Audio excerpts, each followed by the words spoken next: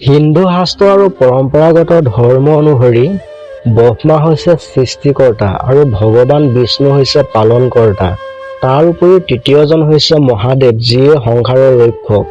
যেতিয়া নাৰায়ণে ভগৱান ব্ৰহ্মাক এই জগতত জীৱ সৃষ্টি কৰাৰ বাবে অনুৰোধ কৰিছিল, সেই সময়তে ব্ৰহ্মাই প্ৰত্যেক জীৱৰে আয়ুস নিৰ্ধাৰিত কৰি দিছিল মাত্ৰ 40 বছৰ। কিন্তু কিছুদিন অতিক্ৰম হোৱাৰ পাছত সৃষ্টিত মানুহসকলে পৃথিৱীৰ সুন্দৰ সৌন্দৰ্য আৰু চিন্তিত হৈ পৰা দেখিবলৈ পোৱা গৈছিল।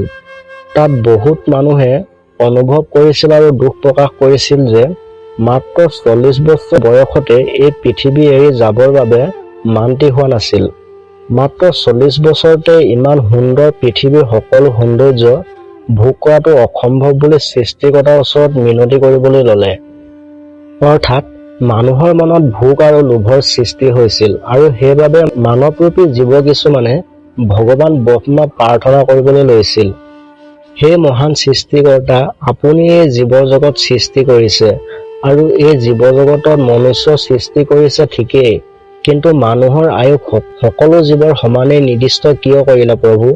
এই জীৱ জগতত মানুহৰ তুলনাত বহুত নিকৃষ্ট মানৰ জীৱ আছে আৰু সেই জীৱসমূহৰ আয়ুস মানুহৰ সমানে নিৰ্দিষ্ট কিয় কৰিলে? মানুহে যেতিয়া জীৱশ্ৰেষ্ঠ, সেয়েহেতু মানুহৰ আয়ুস মাত্ৰ 40 বছৰে কিয় নিৰ্দিষ্ট কৰিলে প্ৰভু? মাত্ৰ 40 বছৰ সময়ৰ ভিতৰত পৃথিৱীৰ সকলো সুখ ভোগ কৰাটো সম্ভৱ নহয়। প্ৰায় মানুহৰ পৰা এনেধৰণৰ প্ৰাৰ্থনা শুনি ভগৱান ব্ৰহ্মাই সেই সকলোলৈকে দৈব্যবাণী প্ৰেৰণ কৰিছিল, য'ত ব্ৰহ্মাই কৈছিল, হে ব্ৰহ, মই তোমালোকক সৃষ্টি কৰিছো, কিন্তু আয়ুস নিৰ্ধাৰিত কৰিছে পালনকৰ্তা বিষ্ণুৱে, সেয়ে তোমালোকে এই নিৰ্ণয় মানি লোৱা। ঠিক একে মুহূৰ্ততে কেইটামান গাধই ভগৱান ব্ৰহ্মাৰ ওচৰত প্ৰাৰ্থনা কৰি আছিল, হে প্ৰভু, আপুনি আমাৰ এই পৃথিৱীত পঠিয়াই দিছে 40 বছৰ আয়ুস নিৰ্ধাৰিত কৰি, কিন্তু আমি ইমান বছৰ আমাৰ পিঠিত ভাৰৰ বোজা সহ্য কৰিব নোৱাৰো। আপুনি আমাৰ আয়ুস মাত্ৰ 20 বছৰ কৰি দিয়ক। ব্ৰহ্মাই দৈব্য বাক্য প্ৰেৰণ কৰি উত্তৰত গাধবোৰক কৈছিল, সেয়া বিষ্ণুৰ নিৰ্ণয়, সেয়ে এই নিৰ্ণয় সলনি কৰা নহয়। গাধবোৰে প্ৰাৰ্থনা কৰা আৰু ব্ৰহ্মাই দৈব্য বাৰ্তা প্ৰেৰণ কৰাৰ সময়ত কথাবোৰ কিন্তু কিছুমান মানুহে শুনি আছিল। তেতিয়া সেই মানুহসকলৰ ব্ৰহ্মাক পুনৰ অনুৰোধ কৰিছিল, হে ভগৱান ব্ৰহ্মা, যিহেতুকে গাধৰে তেওঁলোকৰ আয়ুস কমাই দিয়াৰ বাবে প্ৰাৰ্থনা কৰিছে, সেয়ে গাধৰৰ 20 বছৰ আয়ুস আমাৰ মানুহবোৰক দিয়ক। মানুহৰ সেই মিনতি শুনি ব্ৰহ্মাদেৱে ভাবি চিন্তি দৈব্য বচনেৰে কৈছিল, ঠিক আছে, মই কথাটো এবাৰ বিষ্ণু দেৱতাৰ সৈতে আলোচনা কৰিম। এইখিনিতে এটা কথা কওঁ, জেএছ মটিভেটৰ আছাম চেনেলটো এটা সম্পূৰ্ণ নতুন চেনেল হয়।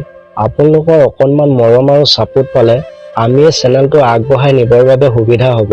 সকলোৱে চেনেলটো ছাবস্ক্ৰাইব কৰি বেল আইকনটো অল কৰি থব নাপাহৰিব, যাতে পৰৱৰ্তী ভিডিঅ'সমূহৰ নটিফিকেশ্যন আপুনি মিছ কৰিব লগা নহয়। আৰু একে সময়তে এদল কুকুৰে খুব চিঞৰি চিঞৰি ব্ৰহ্মাদেৱক মিনতি কৰি আছিল, হে প্ৰভু, আপুনি আমাক ইমান বছৰ জীৱন কিয় দিছে? এই পৃথিৱীত আমাক কোনেও বুজি নাপায়, আমাৰ ভাষা কোনেও নুবুজে, আমাক কোনেও সহ্য নকৰে। আমি এই অৱহেলাৰ জীৱন 40 বছৰ পাৰ কৰিব নোৱাৰিম প্ৰভু, কৃপা কৰি আপুনি আমাৰ মাত্ৰ 20 বছৰ আয়ুস দিয়ক। সেই সময়তে এফালে এদল ফেঁচা চৰায়ে ব্ৰহ্মাদেৱক প্ৰাৰ্থনা কৰি আছে, হে প্ৰভু, আপুনি আমাক ইমান বছৰ আয়ুস কিয় দিছে? আমি দিনত অন্ধ আৰু ৰাতিহে দেখা পাওঁ। গোটেই দিনটো ভয়ত কটাবলগীয়া হয় আৰু ৰাতি খাবলৈও নাপাওঁ। আমাৰ খাদ্য সামগ্ৰীৰ বাবে খুব অভাৱ হয়। এনেকৈ জীৱন নিৰ্বাহ কৰিবলৈ খুব কঠিন হয় প্ৰভু, আমাৰ আয়ুস হ্ৰাস কৰি দিয়ক বুলি প্ৰাৰ্থনা কৰিলে।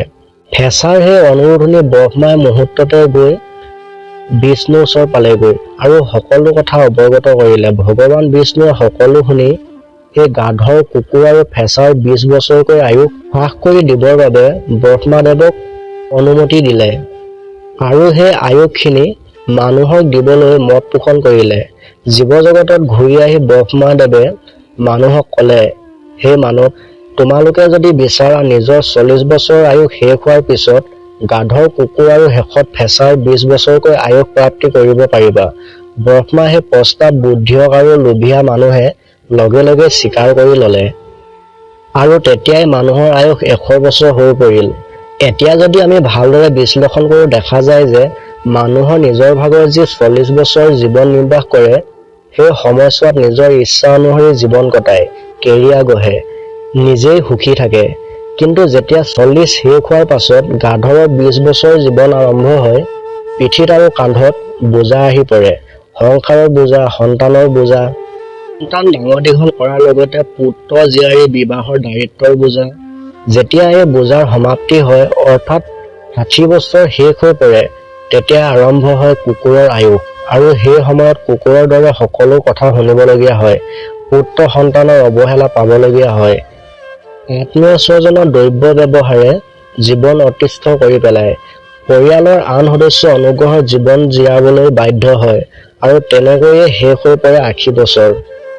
আৰু তাৰ পিছতে আৰম্ভণি হয় ফেচাৰৰ জীৱন।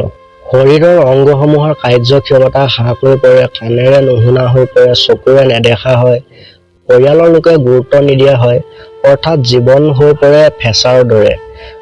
সেই অৱস্থাত মানুহে মাত্ৰ মৃত্যুৰ মুহূৰ্তৰ অপেক্ষা কৰে।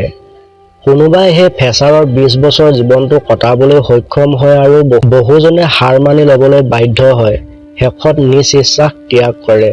কিন্তু মানুহে যদি নিজৰ ভাগৰ প্ৰথম 40 বছৰ আয়ুসৰ ভিতৰত কিবা বিশেষ ভাল কৰ্ম কৰিবলৈ সক্ষম হয়, তেতিয়া তেওঁ পৰৱৰ্তী গাধৰ, কুকুৰ আৰু ফেচাৰৰ আয়ুসখিনি অলপ হ'লেও সলনি কৰিবলৈ সক্ষম হয়।